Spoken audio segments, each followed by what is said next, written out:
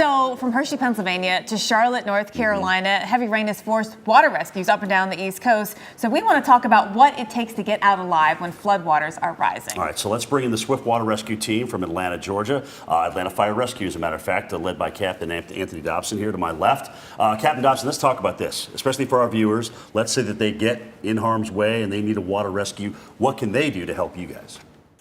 First thing they could do is try to stay calm as possible. And whenever the rescuers do arrive, be sure that you do exactly what they tell you to do.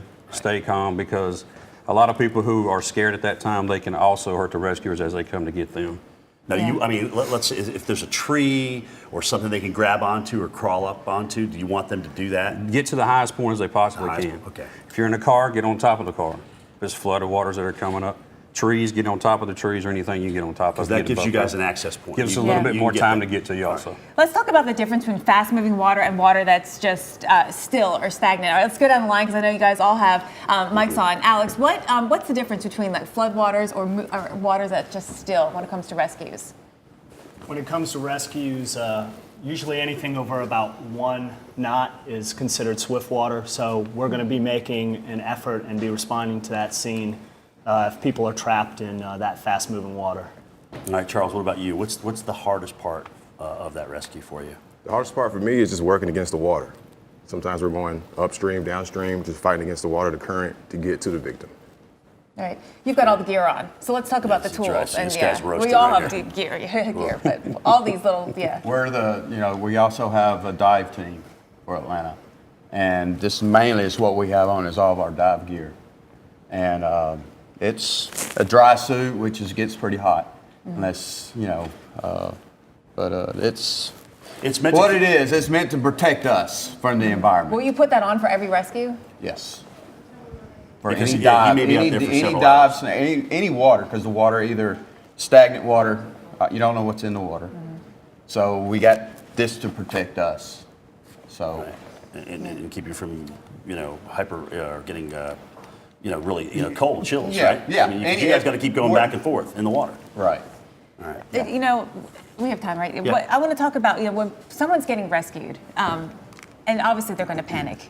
What are sort of some simple things that they can keep in mind to help them? Well, in the situation, they're all going to want to panic, but just try to stay calm, do what the rescues tell them to do, and we can get them out safely. Okay.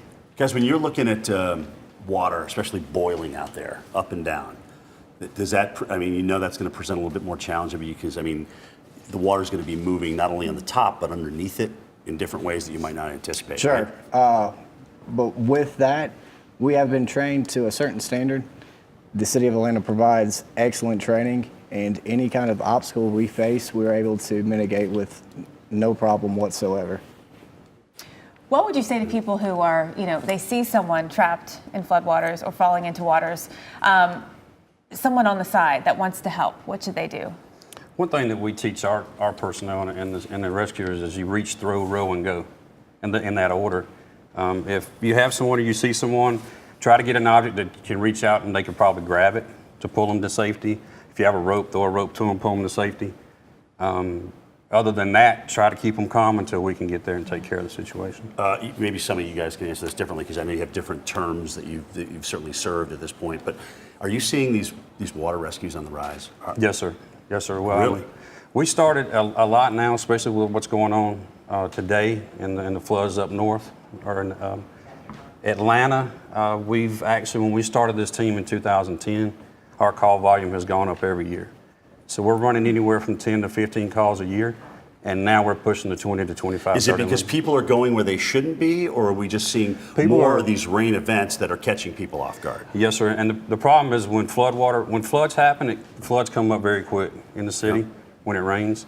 And people tend to want to drive through the flood or through the water, and then they realize they get into trouble because the water's coming up over the doors, or and their car stalls out on them. Right. So here we go. So on a given day, when it rains and floods, we're looking at probably 6 to 7 calls that come out at once due to people being stuck in flooded cars. Yeah.